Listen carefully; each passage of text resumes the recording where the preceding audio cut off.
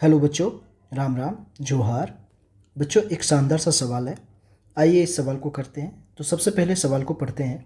बोला ये जा रहा है, the velocity of a particle at time T is given by. ये इक्वेशन दे रखा है आपके सामने वेलोसिटी का, ठीक है। जहाँ पे बोला गया where A B and C are constants, the dimensions of A B and C are respectively. मतलब आपके सामने वेलोसिटी का एक इक्वेशन दे रखा है यहाँ पे, ठीक है। और यहाँ पे आपको ए बी और सी ये तीनों का डायमेंशंस के बारे में पूछा हुआ है, ठीक है ना। ओके, चलिए इस सवाल को सॉल्व करते हैं अपन लोग। तो सॉल्व करते हैं इस सवाल को शानदार तरीके से।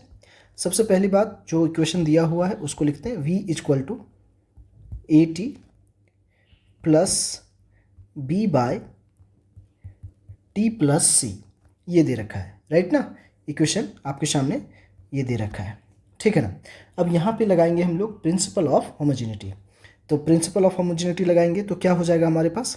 सबसे पहली बात, यहाँ पे जो v का डायमेंशन होगा वो a इंटू टी के डायमेंशन के बराबर होगा, ठीक है ना। ओके, यही लगाएंगे ना। तो प्रिंसिपल ऑफ होमोजेनिटी में क्या होगा, dimensions of v is equal to dimensions of A T का, ठीक है ना। ऐसे लिखेंगे, ठीक है। तो वो वही चीज़ यहाँ पे मैं कर रहा हूँ, ठीक है। तो यहाँ पे देखिए हमको डायमेंशंस किसका चाहिए, ए का चाहिए। तो यहाँ पे देखिए हमारे पास क्या हुआ, क्या है हमारे पास, तो ये हो जाएगा v अपॉन में टी, राइट।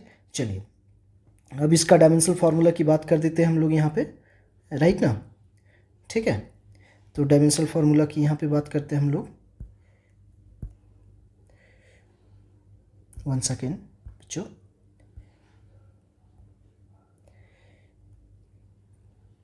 राइट, तो यहाँ पे देखिए अब क्या हो जाएगा। अब ये हो जाएगा हमारे पास, तो ए का जो डायमेंशनल फार्मूला हो जाएगा वो हो जाएगा, जैसे ये तो v हमारा वेलोसिटी है, तो इसका डायमेंशनल फार्मूला क्या होता है, एल टी माइनस 1 हो जाता है, ठीक है ना। और इसका हो जाता है हमारा t, राइट। तो यहाँ पे देखिए इसका डायमेंशनल फार्मूला आ गया अपन के पास L T minus 2, right. Clear that, यहाँ तक समझ में आ गया। अब देखिए इसी तरह से हम लोग निकालेंगे। तो हम लोग पहले c का निकाल लेते हैं। तो c का डायमेंशनल फार्मूला क्या हो जाएगा, जो t का होगा, ठीक है ना। तो c का डायमेंशनल फार्मूला हमारे पास आ गया t, right. Okay, clear that. अब यहाँ तक ये भी बात अपन को क्लियर हो गई, ठीक है ना। अब दूसरी बात यहाँ पे ध्यान रखना है, अपन को चाहिए किसका, b का चाहिए, ठीक है ना। तो b का चाहिए तो क्या करेंगे, dimensions of v is equal to dimensions of v upon t plus C, right ना। ओके, तो यहाँ पे देखिए अब इसका डायमेंशनल फार्मूला चाहिए अपन लोगों को, ठीक है ना। तो हमको चाहिए किसका, b का चाहिए, ठीक है। तो b के लिए क्या करेंगे, तो क्या हो जाएगा v into T plus C, right.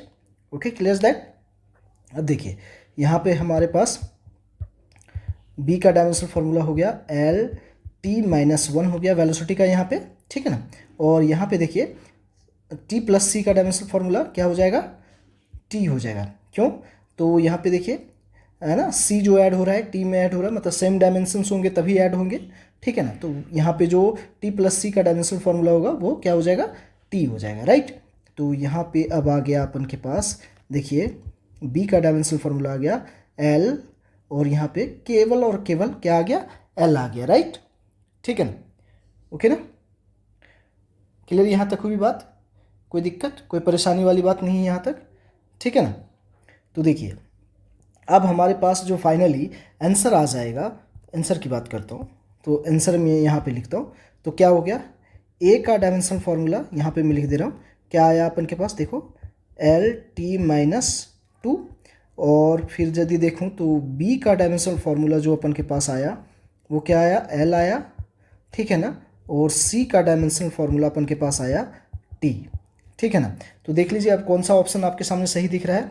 तो ए का एल टी माइनस 2 और बी का एल और टी का हो गया, सॉरी सी का हो गया हमारे पास टी। तो ऑप्शन नंबर ए सही है यहाँ पे, बाकी देख लीजिए सब गलत है। तो ये ऑप्शन हमारे पास ऑप्शन नंबर ए सही हो गया। तो ये सवाल था, बिल्कुल आपको समझ में आया होगा बच्चों। Thank you.